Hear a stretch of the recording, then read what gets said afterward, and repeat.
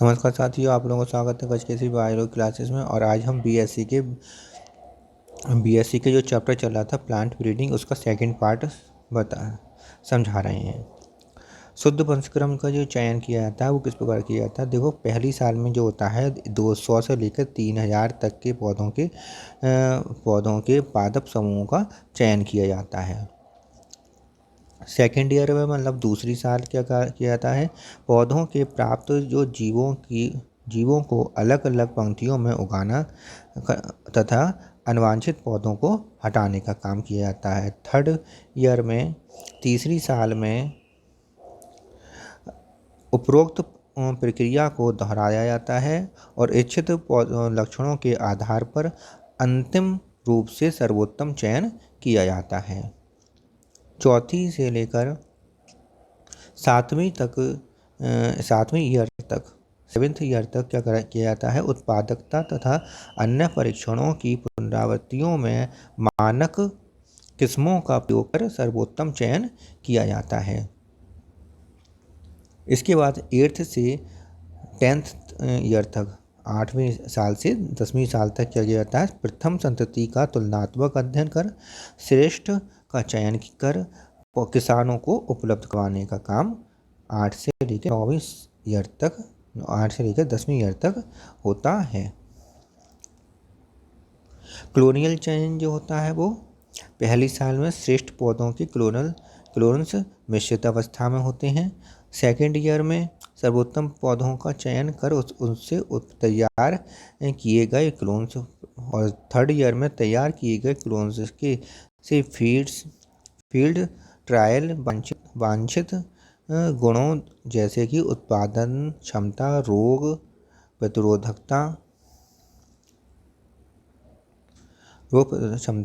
कर श्रेष्ठ क्लोनों का चयन किया जाता है। इसके बाद आता है क्लोन्स।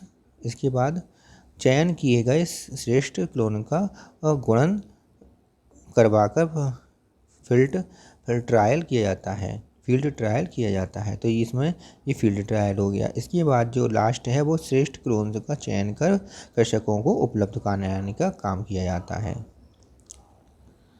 अब देखते हैं हाइब्रिडाइजेशन या संकरण। आनुवंशिक रूप से एक ही प्रजाति के दो विभिन्न जनक पौधों के मध्य निषेचन करवा के नई संतति पीढ़ी में नए गुण उत्पन्न कराने की प्रक्रिया संकरण कहलाती है।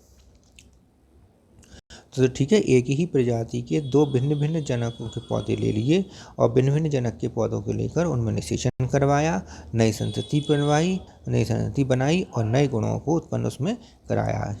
इस पीढ़ी में उत्पन्न गुणवत्ता वाली एवं अधिक उत्पादन क्षमता वाली दो किस्मों का क्रॉस करवाकर एक नई पादप किस्म तैयार की जाती है।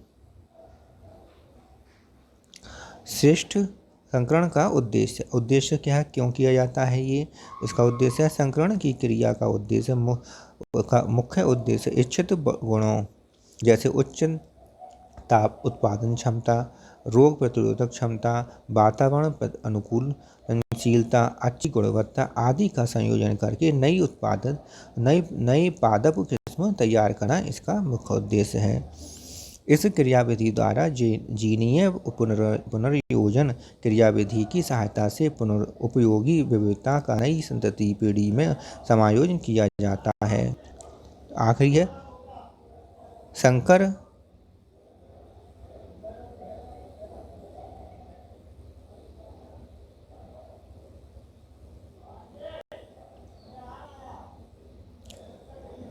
इसके बाद आता है संकर ओज की उत्पत्ति के साथ संतति पीढ़ी में इच्छित गुणों का समावेश कराना। ये भी इसमें ही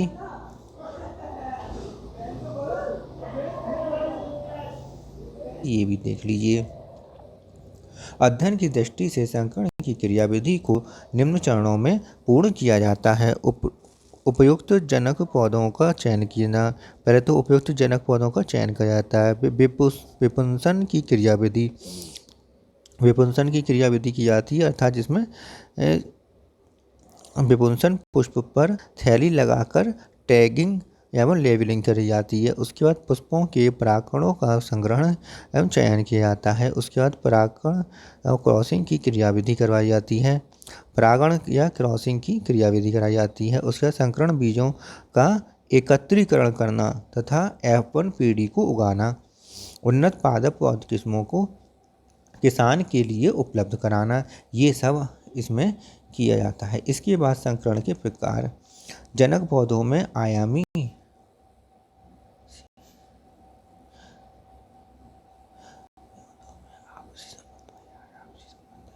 जनक पौधों में आपसी संबंधों के आधार पर संकरण निम्न प्रकार के होते हैं। देखिए कौन कौन से प्रकार के होते हैं। पहला है अंतः किस्मीय संकरण, अंतर किस्मीय संकरण, अंतर जातीय संकरण, अंतरवंशीय संकरण। पहला लेकर चलते हैं अंतः किस्मीय संकरण, इंट्रा वेराइटल हाइब्रिडाइजेशन। जब संकरण की प्रक्रिया को एक ही किस्म के दो पौधों के बीच संचालित किया जाता है तो यह अंतः किस्मीय संकरण कहलाता है। यहाँ प्रयुक्त दोनों जनक पौधे आनुवांशिक रूप से समान नहीं होते हैं तथा इनका प्रयोग करके हम इच्छित पुष्पों वाले प्रजातियों का विकास करते हैं। अंतर किस्मीय संकरण देखिए कैसा होता है। अंतर किस्मीय संकरण में इस क्रियाविधि के दौरान एक ही प्रजाति की दो अलग अलग किस्मों के जनक पौधों के बीच संकरण करवाया जाता है। ठीक है, इस विधि को अंतरजातीय संकरण भी कहते हैं। कृषि योग्य मुख्य पौधों की नई प्रजातियां ज़्यादातर इसी क्रियाविधि के द्वारा प्राप्त की जाती हैं। ठीक है, ज़्यादातर इसी क्रियाविधि द्वारा प्राप्त की जाती हैं। अगला आता है अंतरजातीय संकरण। अंतरजातीय संकरण में क्या लिखा है, संकरण की यह क्रियाविधि मुख्यतः नई संतति पीढ़ी के कुछ वंशीय प्रकार के लक्षण जैसे रोग प्रतिरोधक क्षमता तथा प्रतिरोध क्षमता आदि लक्षणों का समावेश करने के लिए तैयार किया जाता है। एक ही वंश के दो विभिन्न प्रजातियों में क्रॉस करवाकर जीनीय पुनर्योजन के द्वारा मुख्य लक्षणों का स्थानांतरण करवाया जाता है। तो जीनीय पुनर्योजन की क्रिया भी इसमें होती है। इसके बाद आता है अंतरवंशीय संस्करण। अंतरवंशीय संस्करण में क्या है, यह संस्करण की ये सबसे नई एवं अनूठी यूनिक क्रियाविधि है। इसमें दो अलग अलग वंशों के पौधों की क्रॉस करवाकर नए पादप वंश का उत्पादन किया जाता है। संकरण की क्रियाविधि में लिखिए ये जनक पौधों का चयन, हेडिंग डाल लीजिए जनक पौधों का चयन। इसमें लिखिए संकरण की क्रियाविधि के दौरान संतति पीढ़ी में कौन से नए लक्षणों का समावेश करना है, उनको उत्पादन में रखते हुए जनक पौधों का चयन किया जाता है। ये जनक पौधों मुख्य रूप से उसी आबादी का होना चाहिए जिसमें नई किस्मों को तैयार करना है। जनक पौधों के चयन के समय इसमें पुष्पन तथा परिपक्वन होने के समय का भी ध्यान रखना चाहिए। इसके बाद आता है विपुंसन किस प्रकार किया जाता है। यह कार्य केवल मादा जनक पौधों में किया जाता है एवं इसका मुख्य उद्देश्य स्वनिषेचन को रोकने से है। तो इस पुष्पों पर से परागकोश या पुंकेसरों को हटा दिया जाता है। हटाने की यह प्रक्रिया विपुंसन कहलाती है। जो पुंकेसर हटा दिए जाते हैं उसे हम विपुंसन कहते हैं। इस अवस्था में पुष्प में केवल मादा जनन संरचनाएं ही बचती हैं, अर्थात उसकी ओवरी ही बचती है। विपुंसन की क्रिया निम्न क्रियाविधि द्वारा पूर्ण की जाती है। देखो कौन कौन सी क्रियाविधि होती हैं विपुंसन करने के लिए। चिमटी या कैंची की सहायता से, गर्म जल ठंडे जल, एल्कोहल द्वारा, नर बंधिता द्वारा, रासायनिक युग्म नाशकों द्वारा, विपुंसन पुष्प को टैगिंग द्वारा हटाना। टैगिंग करना, विपुंसन के बाद विपुंसित पुष्पक्रम को जल्दी ही एक उपयुक्त आकृति की थैली से ढक दिया जाता है। जब विपुंसन करा दिया जाता है तो जल्दी से थैली से ढक दिया जाता है, जिससे कि कोई भी परागकण उसके ऊपर आकर ना गिर सके। जिस परागकण को हम डालना चाहते हैं उसके ऊपर, केवल वही परागकण उसके ऊपर जाए। इसलिए ये प्रायः बटर पेपर, प्लास्टिक की थैली आदि के द्वारा की बनी होती है, इसके द्वारा ढका जाता है। पुष्प को पूर्ण रूप से ढककर इस थैलियों को धागे या तार की सहायता से टहनियों द्वारा बांध दिया जाता है एवं यदि इन ढकने वाली थैलियों को तेल या रासायनिक पदार्थों से उपचारित कर दें तो पुष्पों को कीटों के संक्रमण से भी बचाया जा सकता है। ठीक है। थैली के ढके हुए विकसित पुष्पों को एक टैग या लेखन द्वारा लगाया जाता है। इसे टैगिंग कहते हैं। ये लेबल लगाया जाता है, इसे टैगिंग कहते हैं। लेबल कैसे लगता है? क्रम संख्या लगाई जाती है, विपुंसन की विधि लगाई जाती है, हस्त परागण की विधि लगाई जाती है, नर जनन का विवरण लिखा जाता है, उसमें मादा जनक का विवरण लिखा जाता है, पौधे के वानस्पतिक नाम लिखा जाता है, पौधे प्रजनन वैज्ञानिक का नाम लिखा जाता है उसमें। इसके बाद आता है पुष्पों के पराग कणों का संग्रहण या संचयन। नर पौधों पर से परिपक्व एवं क्रियाशील पराग कणों को पेट्री डिश या कागज की थैलियों में एकत्रित कर लिया जाता है। ठीक है, तो पराग कणों को पेट्री डिश में निकाल लिया। तो इसके बाद इनको एक छोटी सी शीशी या कैप्सूल में भविष्य में उपयोग लाने के लिए संचयित कर लेते हैं। ये हो गया संचयन। परागण बंधे हुए नर जनन के विपुंसित पौधों की थैली को खोल दिया जाता है। परागकणों को एकत्रित कर लिया जाता है। एकत्रित परागकणों को ब्रश की सहायता से मादा जनन पौधे की वर्तिकाग्र पर स्थानांतरित कर देते हैं। ठीक है, जो थैली शीशी में हमने परागकण लिए हैं उन परागकणों को ब्रश की सहायता से लिए और मादा जिसकी वजह से हमने जहाँ पे विपुंसन की क्रिया की थी उस पौधे में केवल मादा का पोर्शन बचा हुआ, उसके वर्तिकाग्र पर उसे हमने छिड़क दिया या लगा दिया। प्रायः इस प्रक्रिया में केवल ताजा परागकणों का उपयोग किया जाता है एवं इस कार्य के लिए प्रातः 9 से 12 बजे का समय अनुकूलित होता है, उपयुक्त माना जाता है, क्योंकि इस समय वर्तिकाग्र ग्राही अवस्था में होते हैं और इस संपूर्ण प्रक्रिया को क्रॉसिंग या कृत्रिम परागकण या हस्तांतरण कहते हैं। इसे एंथीसिस भी कहा जाता है। इसके बाद आता है संकरण बीजों का एकत्रीकरण एवं F1 पीढ़ी को उगाना। तो प्रथम कृत्रिम परागकण की प्रक्रिया संपन्न करवाने के बाद मादा जनक पौधों को पुनः थैली से ढक दिया जाता है एवं निषेचन की क्रिया होने दी जाती है। निषेचन की क्रिया के बाद पश्चात बीजों के परिपक्व हो जाने पर उन पौधों को अलग अलग लिफाफों में एकत्रित कर लिया जाता है तथा अगले वर्ष प्रत्येक पौधों से प्राप्त बीजों को F1 पीढ़ी उत्पन्न करने के लिए प्रयोग में लाया जाता है। इसके बाद आता है पादप किस्म का किसान के लिए लोकार्पण। इस संकरण के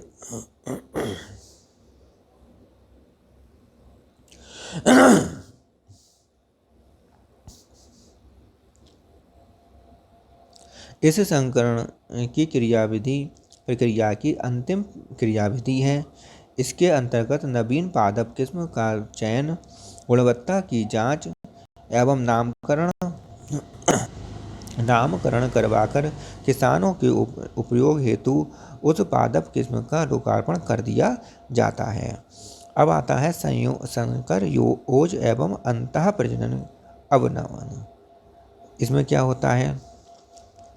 हेटेरोसिस। जब दो अलग अलग आनुवंशिक संगठन वाले समयोजी जनकों में संकरण करवाया जाता है तो प्राप्त हुई नई संतति पीढ़ी कार्यकी एवं बाह्य अकार्यकी लक्षणों में दोनों जनकों से बेहतर होती है एवं संकर पौधों की जनक पीढ़ी से विशेषता या उत्तम गुणवत्ता की अभिव्यक्ति को संकर ओज कहा जाता है। ये नए संतति पौधे रोग प्रतिरोधक क्षमता, जीवन क्षमता, जनन क्षमता तीनों ही गुणों में अपने जनकों से उत्पन्न होते हैं। Doctor G.S. शल ने 1914 में सर्वप्रथम शब्द हेटेरोसिस नाम शब्द का प्रयोग किया था। इसके अनुसार संकर पौधे में ओज की वृद्धि को हेटेरोसिस कहते हैं। ओज की वृद्धि को, ये शब्द ग्रीक भाषा के दो शब्दों हेटेरो एवं ओसिस से मिलकर बना है। इसका अर्थ होता है अवस्था। इसका अर्थ भिन्न अवस्था होता है, अर्थात संतति पीढ़ी में जनक पीढ़ी की तुलना में भिन्नता प्रदर्शित होना। ठीक है, तो जो जनक है पीढ़ी उससे थोड़ा भिन्न होता है संतति पीढ़ी। Type of heterosis.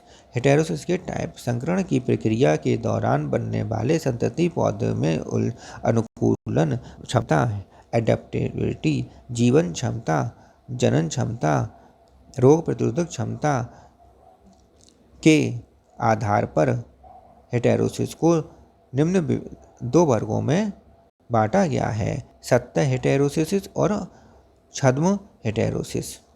सत्य हेटेरोसिस क्या होती है ये देख लीजिए।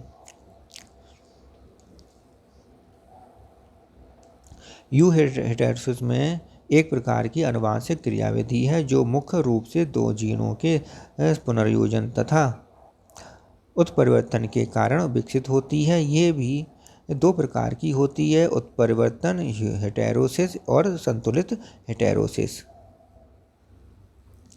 उत्परिवर्तन हेटेरोसिस में जनकों के अंदर पाए जाने वाली अप्रभावी या घातक जीन्स के कारण विकसित हेटेरोसिस को उत्परिवर्तन हेटेरोसिस कहते हैं, कि घातक होते हैं और अप्रभावी होते हैं। संतुलित हेटेरोसिस: इस प्रक्रिया के दौरान जनक पौधों के जीनों को संतुलित समायोजन होकर नई संतति पीढ़ी समाप्त की जाती है एवं इसके परिणाम स्वरूप नई संतति पीढ़ी में वातावरण के प्रति अनुकूलता और एवं बेहतर उत्पादन क्षमता का विकास होता है।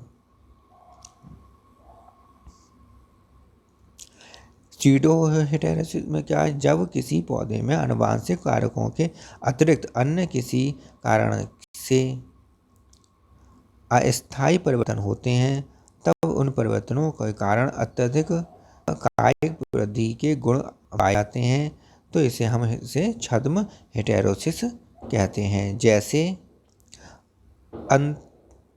अंतरजातीय पौधों में क्रॉस द्वारा प्राप्त पौधे कायिक वृद्धि बहुत मात्रा में दर्शाते हैं, लेकिन इसमें जनन क्षमता नहीं पाई जाती है। संकर ओज की महत्वपूर्णता: इस क्रियाविधि द्वारा फसल की उत्पादन क्षमता को बेहतर बनाया जा सकता है। रेशम के कीट के द्वारा अधिक मात्रा में रेशम प्राप्त की जा सकती है। नए पौधों में पत्तियों की, शाखाओं की, पुष्पों की और फल एवं बीजों की संख्या बढ़ाई जा सकती है। पौधों में रोग प्रतिरोधक क्षमता को विकसित किया जा सकता है। पौधे में जीवन क्षमता को बढ़ाया जा सकता है। अंतः प्रजनन क्षमता, इनब्रीडिंग डिप्रेशन अवनमन, अंतः प्रजनन अवनमन या इनब्रीडिंग डिप्रेशन। 1763 में विभिन्न वैज्ञानिक कॉलर, यूटर, स्प्रेंगल एवं डार्विन ने बताया कि किसी जीव को जीवित रहने के लिए प्रकृति उनमें संकरण की प्रोत्साहित करती है। संकरण को प्रोत्साहित करती है।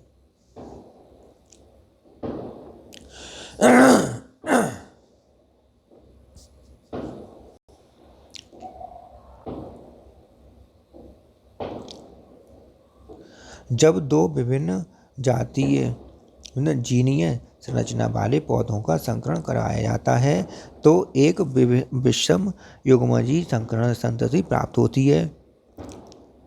ठीक है, विषम युग्मजीय संकर संतति प्राप्त होती है जो आकार एवं कार्य में अपने जनकों से श्रेष्ठ होती है। इसे संकर ओज कहते हैं। लेकिन यदि इन नई प्राप्त होने वाली पीढ़ी को उनके निकटतम जनक से क्रॉस कराया जाता है तो उनमें आगे आने वाली पीढ़ियों में संकर ओज की निरंतर कमी हो जाती है। इसे अंतः प्रजनन अवनमन कहते हैं। अंतः प्रजनन अवनमन के क्या दुष्प्रभाव हैं वो भी देख लेते हैं। जनन क्षमता में कमी होना, सजीवों में घातक जीनों का प्रकट होना, पैदावार या उत्पादन क्षमता में कमी होना, संकर ओज में कमी होना। संकर ओज की जो अभिव्यक्ति कैसे की जाती है, F1 पीढ़ी में जो पौधे F1 P1 + P2/2 × 100। तो यहाँ F1 क्या प्रथम संतति पीढ़ी है F1, और P1 P2 जो है वो पेरेंट्स हैं। ठीक है, मेरे चैनल को लाइक करिए, शेयर करिए, सब्सक्राइब करिए और अपने साथियों के साथ शेयर करिए जिससे कि बीएससी वाले स्टूडेंट को सभी को फ़ायदा हो, सभी को मेरी वीडियो मिल सके और उन्हें नोट्स के लिए इधर उधर भटकना ना पड़े। और सब्सक्राइब कर लीजिए मेरे चैनल को जिससे कि सभी नोट्स आपके पास तुरंत आ जाएँ, सभी वीडियो आपके पास तुरंत आ जाए, नोटिफिकेशन आपके पास आ जाएगा तो आप आसानी से नई वीडियो देख सकेंगे और अपने नोट्स को तैयार कर सकेंगे। अब आपके सभी नोट्स बीएससी के सभी नोट्स की बॉटनी के सभी नोट्स इस पर मैं डालता रहूँगा। धन्यवाद।